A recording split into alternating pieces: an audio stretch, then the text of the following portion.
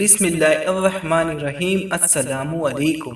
ہم رسول اللہ صلی اللہ علیہ وآلہ وسلم کے ساتھ غزوہ فتح جو رمضان میں ہوا تھا، ہم اس کے سفر میں تھے اور نبی کریم صلی اللہ علیہ وآلہ وسلم روزے سے تھے۔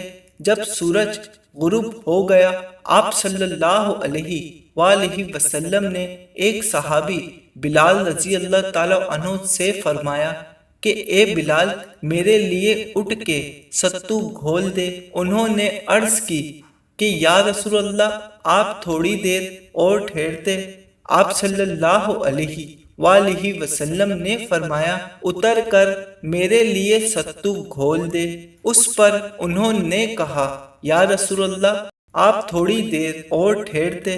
نبی کریم صلی اللہ علیہ وآلہ وسلم نے پھر وہی حکم دیا کہ اتر کر میرے لیے ستو گھول دے، لیکن ان کا ابھی بھی خیال تھا کہ ابھی دن باقی ہے۔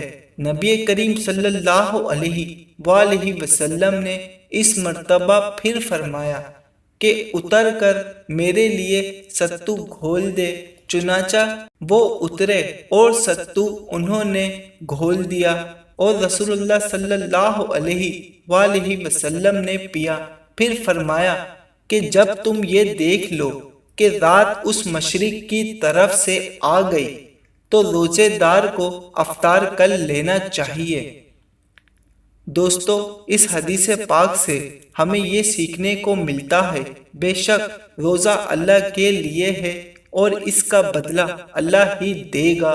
اللہ کے نبی ہمیں یہ سکھاتے ہیں، روزے افطار میں ذرا بھی دیر نہیں کرنی چاہیے اور کوشش کیا کریں دسترخوان پر 5 سے 10 منٹ پہلے بیٹھ جایا کریں، کیونکہ اللہ پاک دیکھ کر خوش ہوتا ہے کہ میرا بندہ جب تک اذان نہ سن لے ایک لقمہ بھی نہیں کھائے گا۔ جزاک اللہ۔ دوستوں، اگر سے آپ بھی حدیث پاک سننے اور سمجھنے کا ذوق اور شوق رکھتے ہیں تو چینل کو سبسکرائب کر لیں تاکہ مزید ایسی حدیث پاک آپ کو ملتی رہیں۔ اللہ حافظ۔